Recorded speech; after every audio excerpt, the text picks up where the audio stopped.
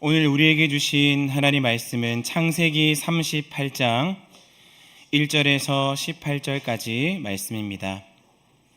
창세기 38장 1절에서 18절까지 말씀입니다. 그 후에 유다가 자기 형제들로부터 떠나 내려가서 아둘람 사람 히라와 가까이 하니라.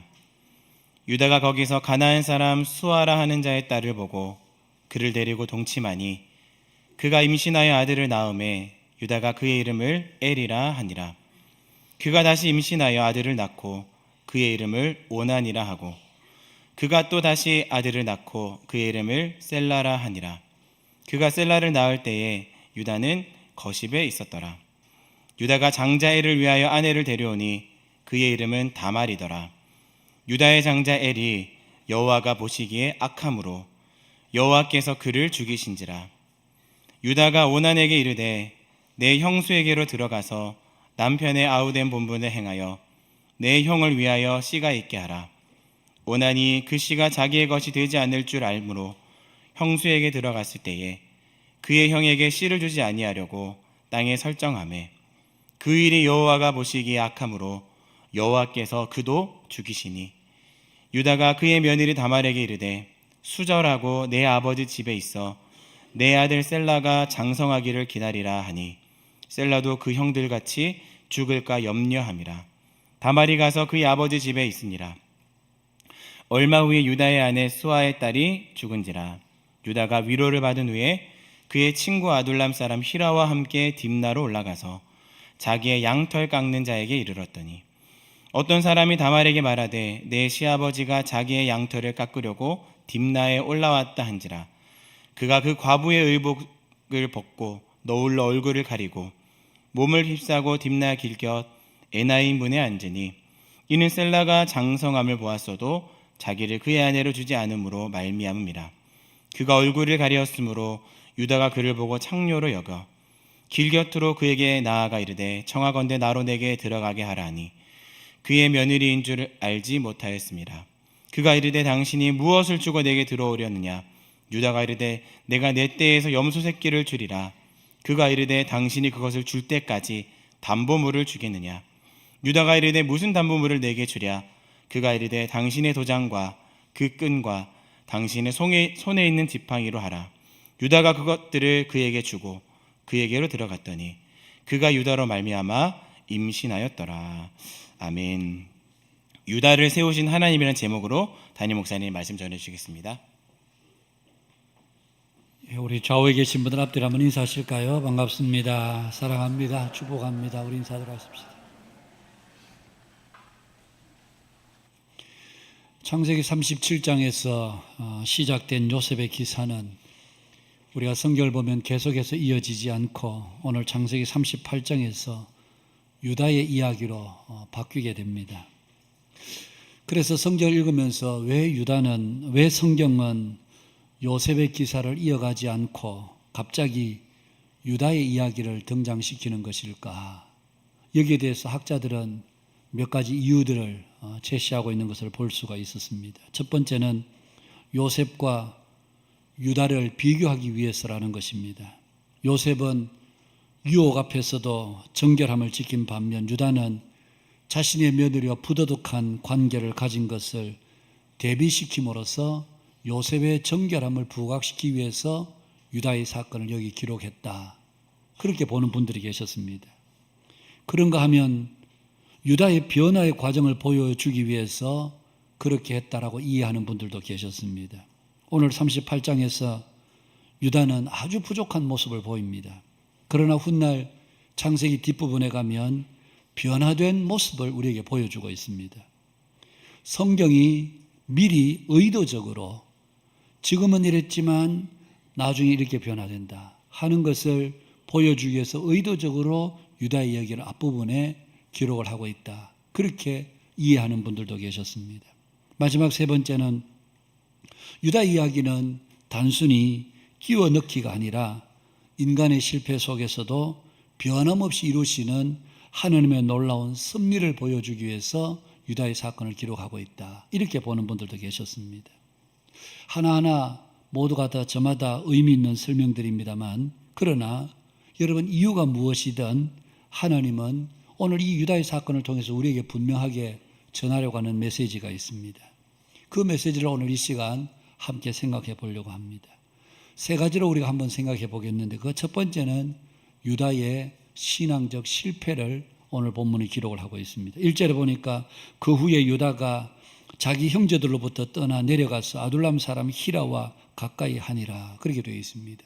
여기 그 후에라는 말은 바로 37장에서 도단에서 동생 요셉을 미디안의 상인들에게 판 사건, 그 이후라는 이야기입니다. 그 이후에 오늘 유다는 자기 형제들로부터 떠나, 여기 떠났다라는 이 말은 단순히 공간적인 이동이 아닙니다. 오늘 떠났다는 이 말은 관계적, 도덕적 방향 전환이라는 의미입니다. 다시 말하면 유다가 그 형제들로부터 떠났다는 말은 단순히 그냥 옆 동네로 이사를 갔다, 공간적인 이동이 아니라 마음이 그들에게서 멀어졌다, 이 말입니다. 거리가 문제가 아니라 이 유다는 그 형제들과 마음이 삐끄러진 그런 상황에서 그들을 떠났다는 얘기입니다. 그리고 여기 내려가서 라는 이 말은 하나님 중심의 신앙에서 떨어졌다는 이야기입니다. 그리고 아둘람 사람 히라와 가까이 했다. 여기 가까이 했다는 이 말은 그냥 가서 보니까 아둘람 사람 히람이 있었던 것이 아니고 그가 의도적으로 아둘람 사람 히람 가까이 가서 그와 친밀하게 교제했다. 이것을 여러분 종합해 보면 지금 유다는 의도적으로 그 형제들과 그 가족 공동체를 떠나서 이방 사람인 아둘람 사람 히라와 가까이 교제하면서 지금 생활하고 있다, 그 말입니다. 그래서 성경을 읽으면서 문득 그런 생각이 들었습니다. 왜 유다는 그 형제를 떠났을까? 왜 유다는 그 형제들과 가족 공동체에서 떨어져서 단순히 거리만 떨어진 것이 아니라 마음이 멀어졌고 하나님과의 관계에서도 멀어졌고 그리고 이방 사람과 가까이 교제하는 그런 자리로 왜 유다가 갔을까 하는 생각을 하게 보게 되는 거죠. 그러면서 성경을 놓고 종합적으로 전후 사정을 가만히 살펴보면 아마도 이 유다는 형제들과의 관계에서 분명히 문제가 생겼던 것으로 보입니다. 여러분, 우리가 앞서 창세기 37장에서 유다가 요셉을 미디안의 상인들에게 팔자고 제안했을 때에 형제들이 다 좋다고 동의를 했습니다. 우리가 여기서 우리 동생의 피를 흘린 것보다는 우리 동생을 그냥 저 미디안의 상인의 손에 팔아버리자. 유다가 제안했을 때 형제들은 오케이, 좋겠다.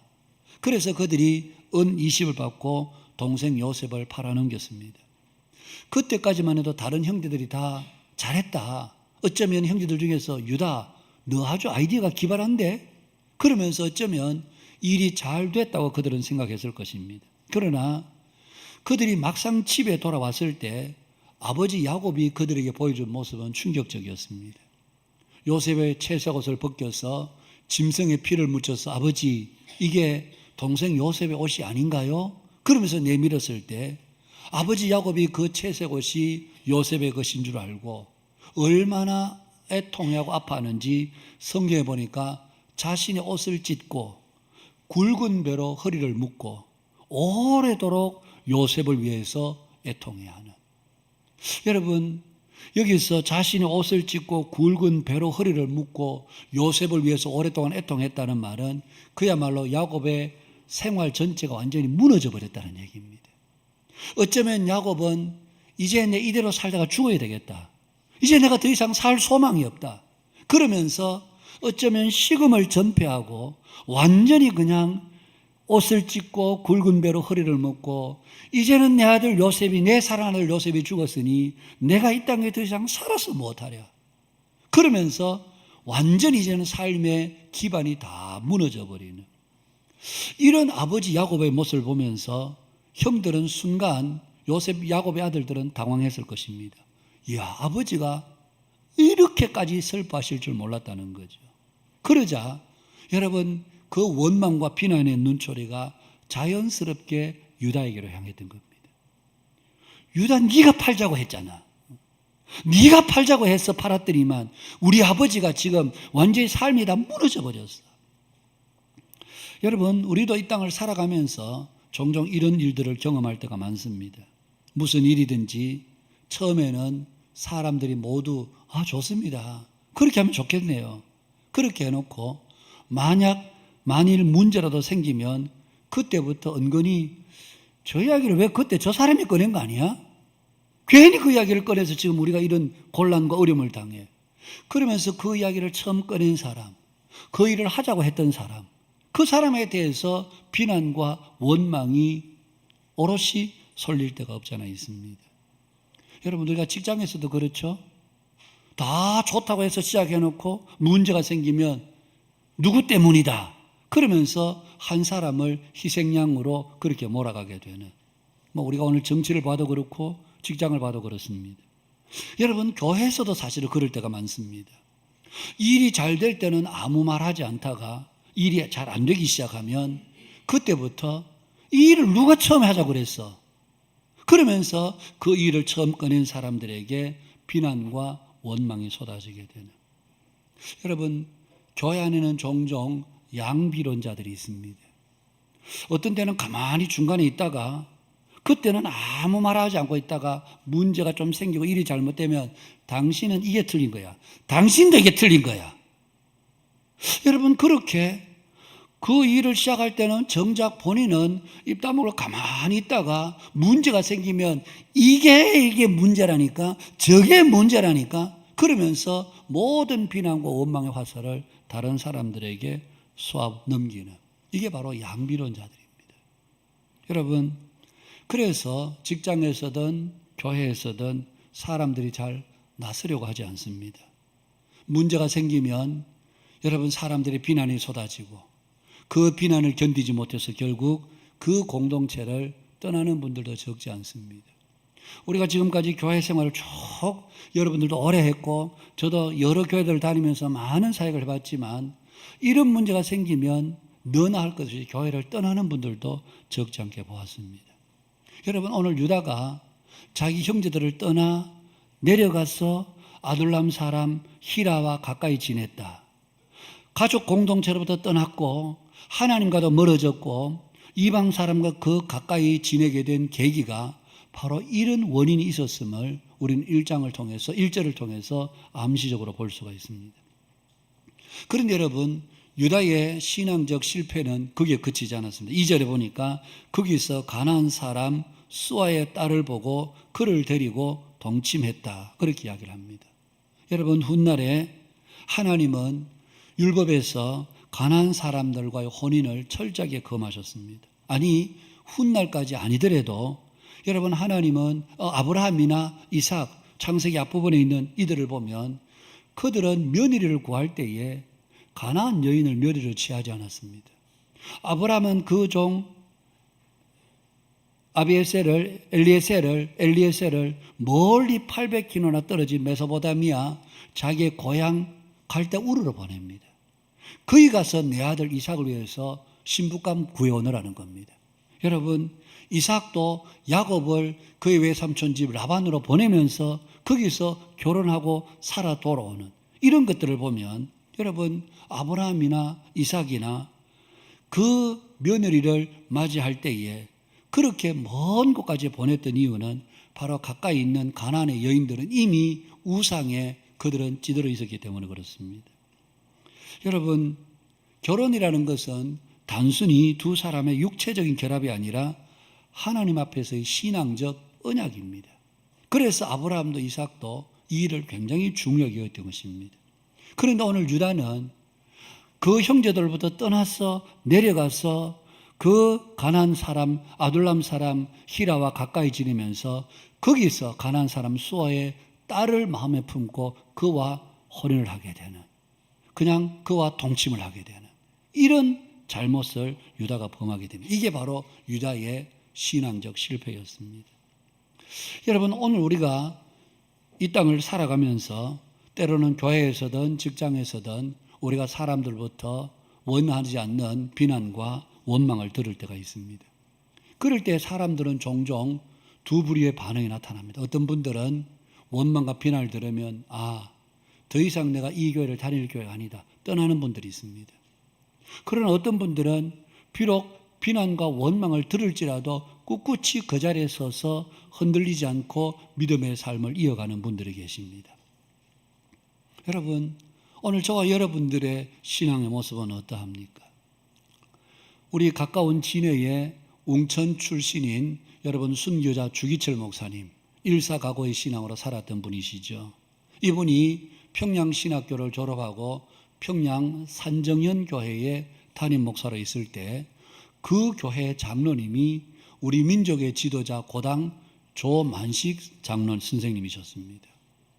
여러분, 주기철 목사님은 정주에 있는 오산학교를 졸업을 하셨는데 그때 오산학교 학생일 때에 그 교장 선생님이 조만식 장로님이셨습니다.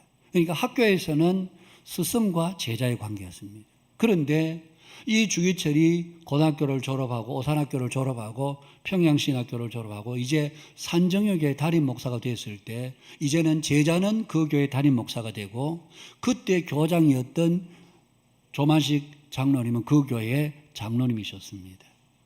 한 번은 예배를 드리는데 조만식 장로님이 예배에 지각을 하셨습니다.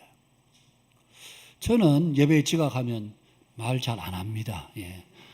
그래서 오늘 혹시 좀 지각하신 분들은 오해가 없으시기를 바라는데, 예배 중에 가능한 한 저는 말하는 거를 이래 별로 그러면 예배 흐름이 끊기기 때문에 이야기를 잘 안 하는데 주기철 목사님은 조만식 장로님이 늦게 문을 열고 들어오자 그 자리에서 장로님 거기에 서서 예배를 드리십시오. 왜 지각을 하셨냐 이거죠. 거기 서서 예배를 드리십시오.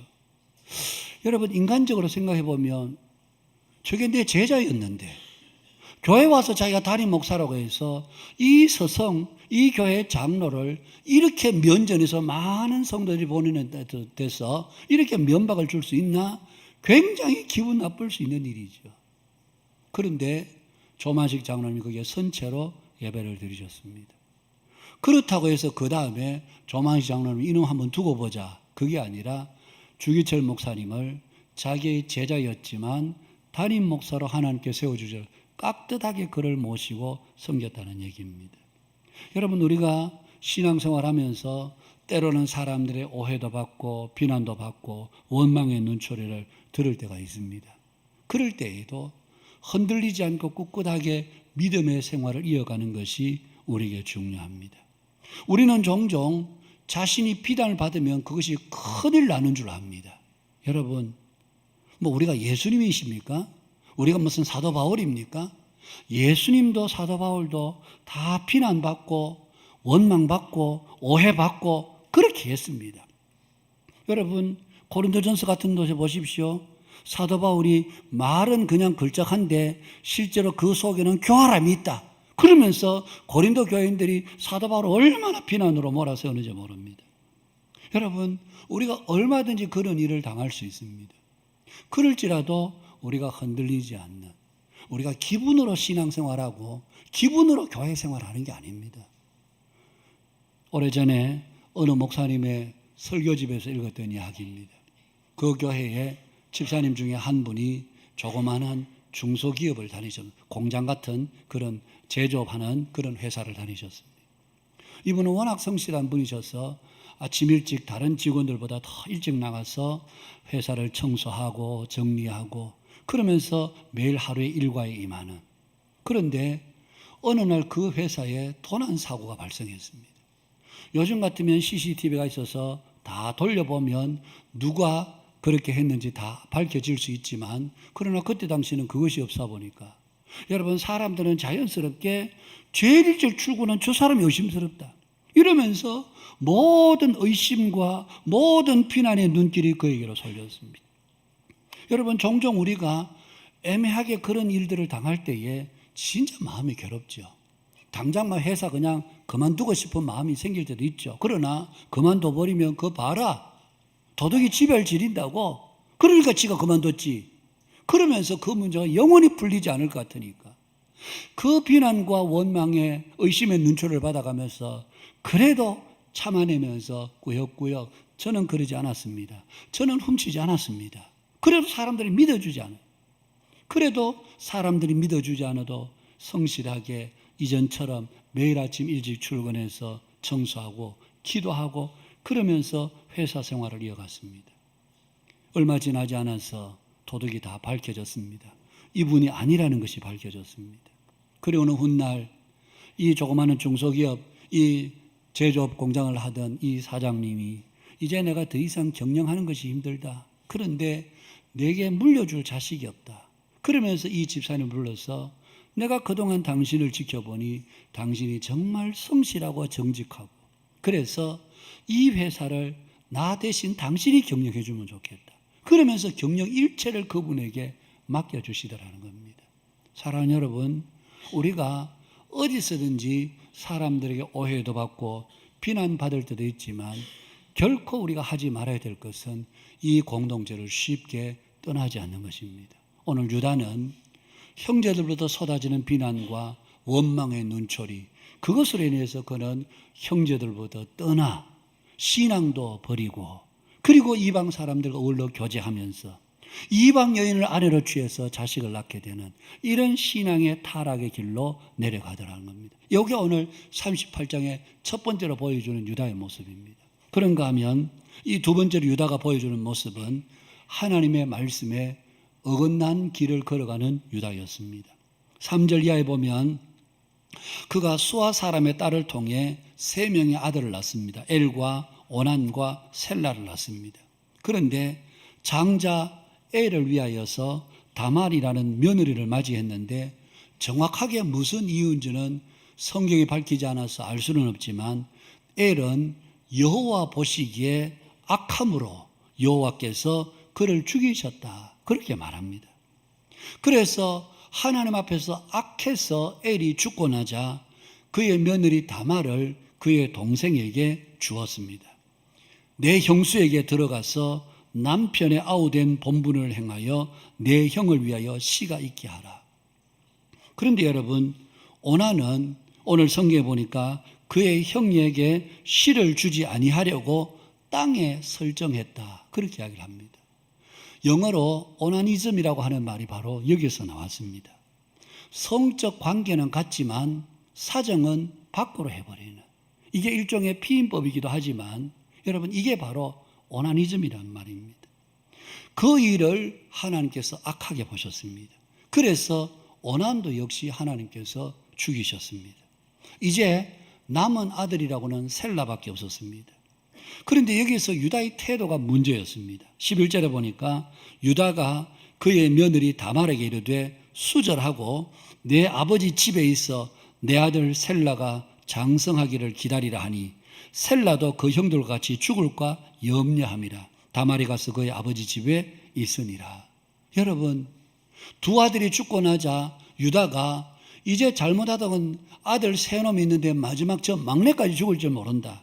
그래 생각해서 그 며느리 다말에게 너 친정으로 가서 수절하고 있어라. 셀라가 아직 어리니까 크면 너에게로 주마. 그리고는 여러분 다말을 그의 친정집으로 돌려보냅니다. 말은 유다가 점잖하게 했지만 실제 그 내용은 사실은 다말, 그의 며느리 다말을 그의 친정으로 쫓아보낸 것이나 마찬가지였습니다. 여러분, 형이 죽으면 아우가 형수에게로 들어가서 형의 대를 잇게 하는 것, 이것을 계대 결혼이라고 하기도 하고 형사 취수 제도, 그렇게도 부르기도 합니다. 이것은 성경이 기록되기 이전에 이미 고대 근동에 있었던 풍습이었습니다. 함무라비 법전이나 그리고 히타이트, 아시리아 법 이런 데 보면 이미 이 계대 결혼에 대한 내용들이 거기에 이미 성경이 기록되기 훨씬 이전에 기록되어 있습니다.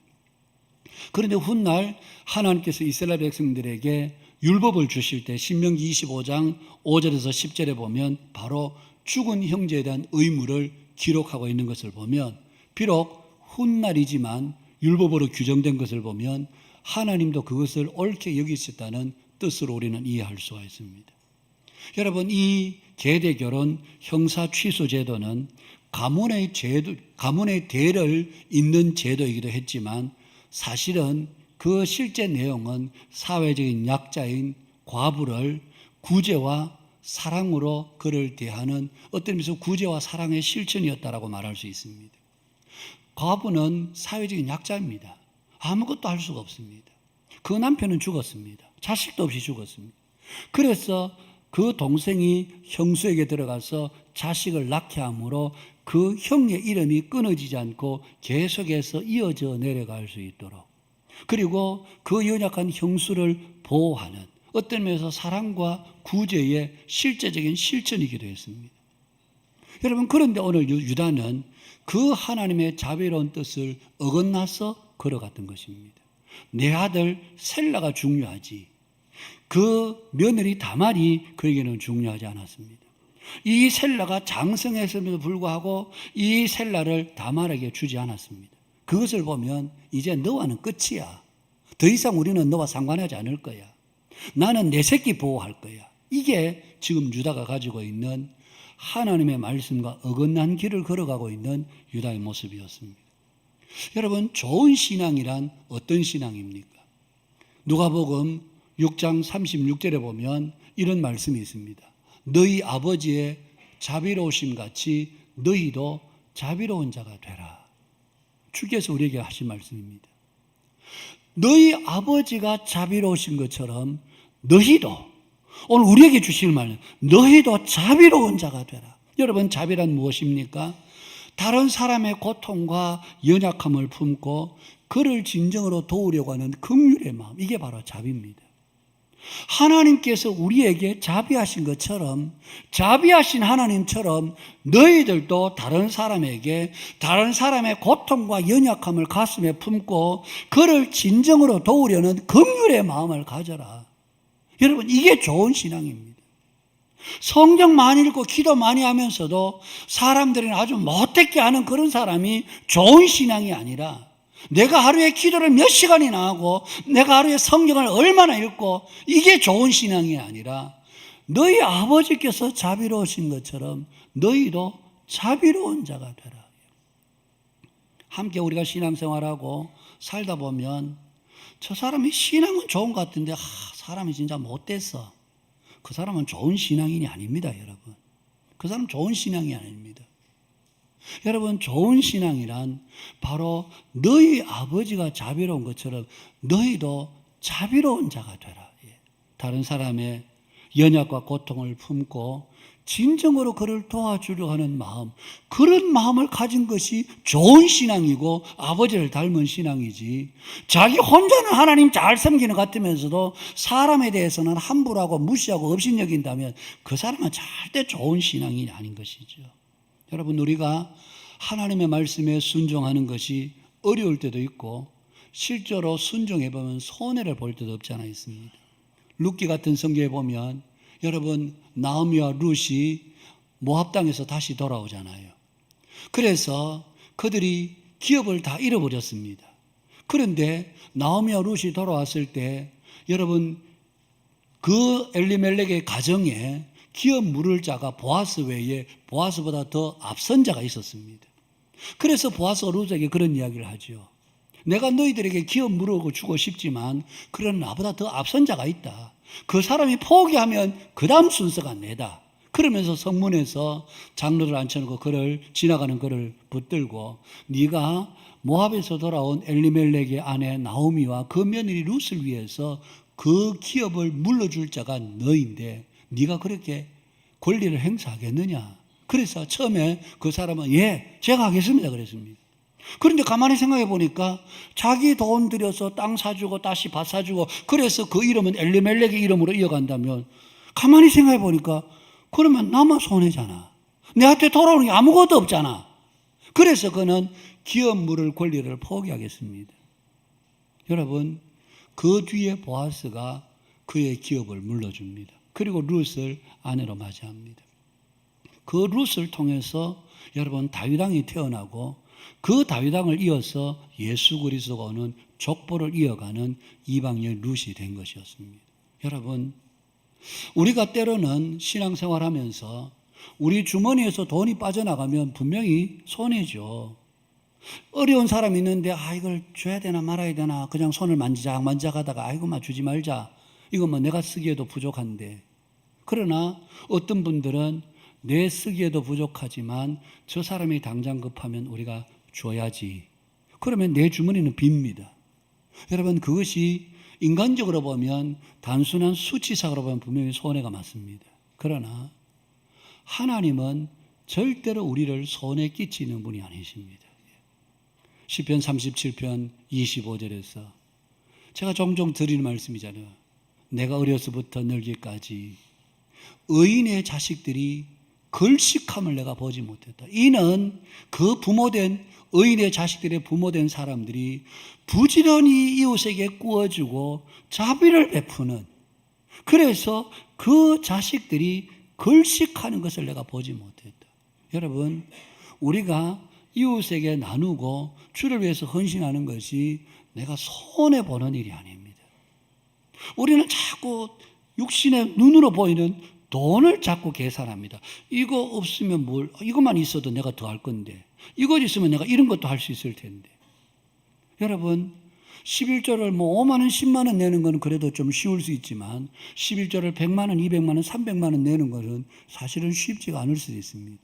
그럼에도 불구하고 하나님 앞에 받은 은혜를 따라서, 말씀을 따라서 그렇게 할 때 그게 내 가정에 손해가 나는 일이 아닙니다. 그런데 자꾸 우리는 이것을 세고 있습니다. 이걸 할까 말까, 해야 되나 말아야 되나, 이웃을 구제해 말아. 여러분, 우리는 그렇게 할 때 평생 가난을 면치를 못하게 됩니다.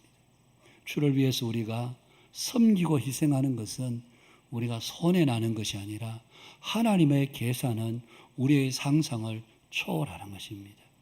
오늘 이 유다는 바로 이런 면에서 그는 이렇게 실패했습니다. 하나님의 자비로운 그 은혜의 말씀 길을 따르는 것이 아니라 자기 새끼 보호하는 일에 오늘 유다는 실패의 길을 걷게 된 것입니다. 그런데 여러분 보십시오. 이런 유다, 여러분 신앙적 타락의 길을 걸었습니다. 말씀에 어긋난 길을 가고 있습니다.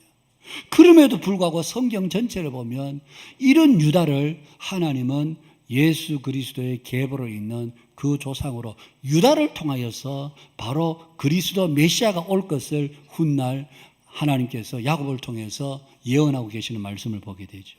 여러분, 유다가 그러면 오늘 그 이후에 삶이 나아졌느냐? 그렇지 않습니다. 성경을 보면 그의 아내가 죽자 그가 양털 깎는 자에게로 내려갔다가 창녀로 변장하고 에나임 문 곁에 앉아있는 다말을 결국 그는 범하게 됩니다. 물론 유다가 자기 며느리인 줄 몰랐습니다.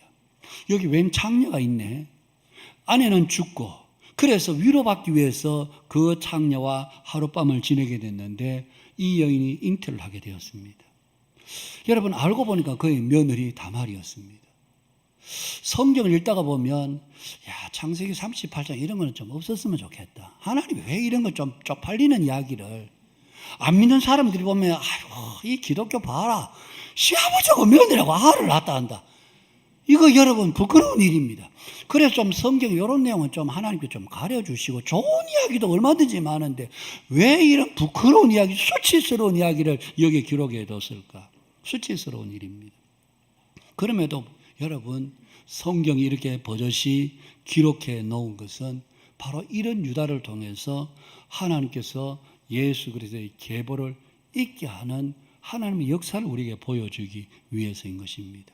여러분, 이렇게 수치스럽고 부끄러운 유다를 통해서 하나님께서 왜 예수 그리스도의 계보를 있게 하셨을까요? 그 이유는 제가 결론을 말씀드리면 바로 회개 때문입니다. 여러분, 다말이 변장하고 유다와 동침하기 전에 다말이 그 시아버지 유다에게 담보물을 요구하죠. 당신의 담보물을 다오. 그래서 뭘 줄까? 당신이 가지고 있는 도장과 끈과 지팡이를 달라. 여러분, 그래서 두 사람이 동침하고 아이를 가지게 됩니다. 다말이 아이를 가졌다는 소식을 여러분 유다가 듣습니다. 그러자 유다가 노발대발합니다. 어디 이런 추저온 짓을 내? 내가 친정집에 가서 수절하고 있으라고 그랬는데 어디 누구를 만나서 아이를 가졌어? 당장 죽여야 돼. 그러면서 그가 성전을 불같이 내면서 그의 며느리로 내려옵니다. 다말을 당장 끌어내라. 죽여야 된다. 돌로 쳐 죽여야 돼. 그러자 사람들이 다말을 끌고 갈 때에 다말이 담보물을 내보이면서 이 담보물의 주인으로부터 제가 잉태했습니다. 그러면서 도장과 끈과 지팡이를 내놓는 것이었습니다. 아마 유다는 깜짝 놀랐을 것입니다. 여러분, 그것이 다 드러나면 얼마나 부끄러운 일입니까? 아마 여느 사람 같았으면 여러분 유다의 상황이라면 모른 체 했을 것입니다. 저건 내가 아니야. 나는 저건 몰라. 여러분, 아무도 본 사람도 없습니다. 이게 다윗 유다의 것인 줄 누가 확정할 것도 없습니다. 무슨 지문 감식이 있는 것도 아니고 나 저거 몰라. 시치미를 떼면 어떻게 할 겁니까? 여러분, 시침이 되면 바로 다말은 돌에 맞아서 죽습니다. 그런데 다말이 이 담보물의 주인으로부터 제가 아이를 가지게 되었습니다. 그러자 유다가 그 담보물을 보는 순간 여러분, 유다는 그 자리에서 자신의 죄를 고백합니다. 그러면서 그가 했던 말이 뭡니까? 그는 나보다 옳도다. 이 말은 뒤집어 말하면 다말에게 아무 잘못이 없다. 모든 잘못의 시작은 나 때문이다. 내가 잘못하다. 내가 죄를 지은 거다. 그러면서 유다가 그 절체절명의 순간에 자신의 죄를 솔직하게 고백했습니다. 여러분, 성경은 회개를 중요하게 여깁니다. 여러분, 왜 회개가 중요합니까? 회개란 자신의 힘이 아닌 오직 예수 그리스도 외에는 어떤 방법도 어떤 길도 없음을 인정하는 것이 바로 회개이기 때문에 그렇습니다. 우리가 살아가면서 얼마든지 잘못할 수 있습니다. 그럴 때 우리는 하나님 앞에 회개하여 나아가면 됩니다. 하나님은 우리가 처음부터 죄 안 짓는 사람으로 알고 있지 않습니다. 처음부터 우리가 다 연약한 사람인 줄 알고 있습니다. 죄를 지을 수밖에 없는 연약한 인생들만 알고 있습니다. 그런데 어떤 사람은 끝까지 변명하고 끝까지 자기의 책임을 회피하는 사람들이 있습니다. 여러분, 성경에 사울과 다윗의 대조가 그렇잖아요. 하나님께서 분명히 사울에게 선자를 통해서 아말렉 사람들을 쳐라. 그리고 그들에게 남겨있는 모든 걸 다 없애라. 그런데 사울이 좋은 양과 좋은 소를 남겨놓습니다. 선지자 사무엘이 와서 왕이여, 이게 무슨 소리입니까? 그러자 여러분, 사울이 뭐라고 변명합니까? 나는 다 죽이라고 그랬는데 백성들이 하나님 앞에 제사 드려야 된다고 좋은 것을 남겼습니다. 여러분, 사울은 끝까지 자기 자신의 죄를 변명합니다. 인정하지 않습니다. 그러나 다윗은 어떻습니까? 그가 우리 안에 바세바를 범하고 난 뒤에 나단 선지자가 와서 그 죄를 지적했을 때 다윗은 그 자리에서 내가 하나님 앞에 죄를 지었습니다. 그러면서 침상이 젖도록 하나님 앞에 회개하는 다윗이었습니다. 인간적인 죄질로 보면요, 다윗이 훨씬 나쁩니다. 훨씬 악합니다. 그럼에도 불구하고 하나님은 사울을 폐하시고 다윗을 세워주셨던 이유는 다윗은 회개하는 사람이었기 때문에 그렇습니다. 교파를 초월해서 한국 교회 안에 존경받는 몇몇 분의 목사님들이 계신데 그 중에 한 분이 여러분 한경직 목사님이십니다. 1992년 종교계의 노벨상이라 불리는 템플턴 상을 수상하실 때에 여러분, 이 한경직 목사님은 나는 이 상을 받을 자격이 없습니다. 나는 죄인입니다. 그러면서 일제시대에 제가 신사참배한 목사입니다. 일제 때 제가 신사참배한 죄를 저질러요. 그러면서 그 종교계의 노벨상이라고 불리는 템플턴 상을 수상하면서 자신의 과거 이력에 대해서 하나님 앞에 솔직하게 고백하는 아름다운 용기를 보여주었습니다. 여러분, 이것이 바로 하나님께서 귀히 여기시는 것입니다. 여러분, 물론 훗날 유다는 다시 공동체로 돌아옵니다. 그래서 창세기 후반부에 보면 그 땅에 흉년이 있을 때에 그 야곱의 아들들이 애굽으로 곡식 사러 갈 때 거기에 유다도 함께 갑니다. 그리고 두 번째 갈 때에 요셉이 당신들의 동생을 데리고 와라. 그래야 당신들이 우리나라를 염탐하지 않는 첩자 간첩이 안 줄 알겠다. 그러면서 베냐민을 데리고 가려고 했을 때 야곱이 안 된다. 요셉도 잃었는데 베냐민 절대로 안 된다. 그때 여러분 유다가 났습니다. 내가 그를 위하여 담보가 되오리니 아버지께서 내 손에서 그를 찾으소서. 내가 만일 그를 아버지께로 데려다가 아버지 앞에 두지 아니하면 내가 영원히 죄를 지리이다. 여러분, 이렇게 용감하게 나선 사람이 유다였습니다. 그리고 실제로 베냐민을 데리고 갔을 때에 여러분 요셉이 베냐민을 억류하려고 하자 44장에 가면 여러분 유다가 다시 요셉에 가서 내 동생을 돌려보내시고 저를 종이 되게 해 주십시오. 내 동생이 돌아가지 않으면 우리 아버지가 슬피 견디지 못하고 죽습니다. 그러니 내 동생은 돌려보내고 저를 이 애굽 땅의 종으로 남겨달라. 여러분, 과거에는 동생을 팔자고 제안했던 그 사람이 이제는 동생을 위해서 자신이 종이 되겠다고 자청해서 나선 이것이 바로 유다의 회개한 모습이라고 할 수 있습니다. 사랑하는 여러분, 오늘 성경이 유다의 부족과 허물을 이렇게 자세하게 기록하고 있는 이유는 바로 이것입니다. 비록 부족함은 있었지만 회개하고 돌이켰을 때에 하나님은 그런 사람을 통해서 하나님의 나라를 이루어 가실 뿐만 아니라 오실 메시아의 계보를 있게 하는 언약의 계승자로 사용하셨다. 이것이 오늘 성경이 우리들에게 보여주고자 하는 중요한 메시지인 것입니다. 사랑하는 여러분, 오늘 우리가 이 땅을 살아가면서 우리도 시시로 실수하고 잘못할 때가 많습니다. 우리가 다 온전하지 않습니다.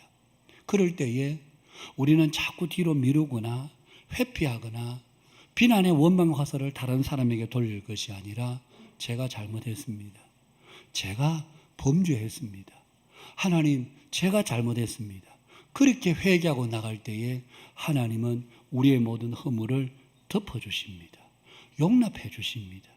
그리고 오늘 여기 유다처럼 여러분 그 메시아의 계보를 잇는 믿음의 반열에 저와 여러분들을 세우신다는 사실입니다. 이것이 오늘 창세기 38장이 우리들에게 보여주고자 하는 메시지입니다. 우리가 비록 연약하지만 여러분 부끄러움을 피하지 않고 하나님 앞에 있는 모습 그대로 나아가서 회개하고 용서를 구함으로 우리의 삶을 통해서 그리스도의 의를 드러낼 뿐만 아니라 더 나아가서 하나님의 나라를 이루어가는 일에 저와 여러분들이 귀한 도구로 쓰임받게 되기를 주님의 이름으로 축복합니다.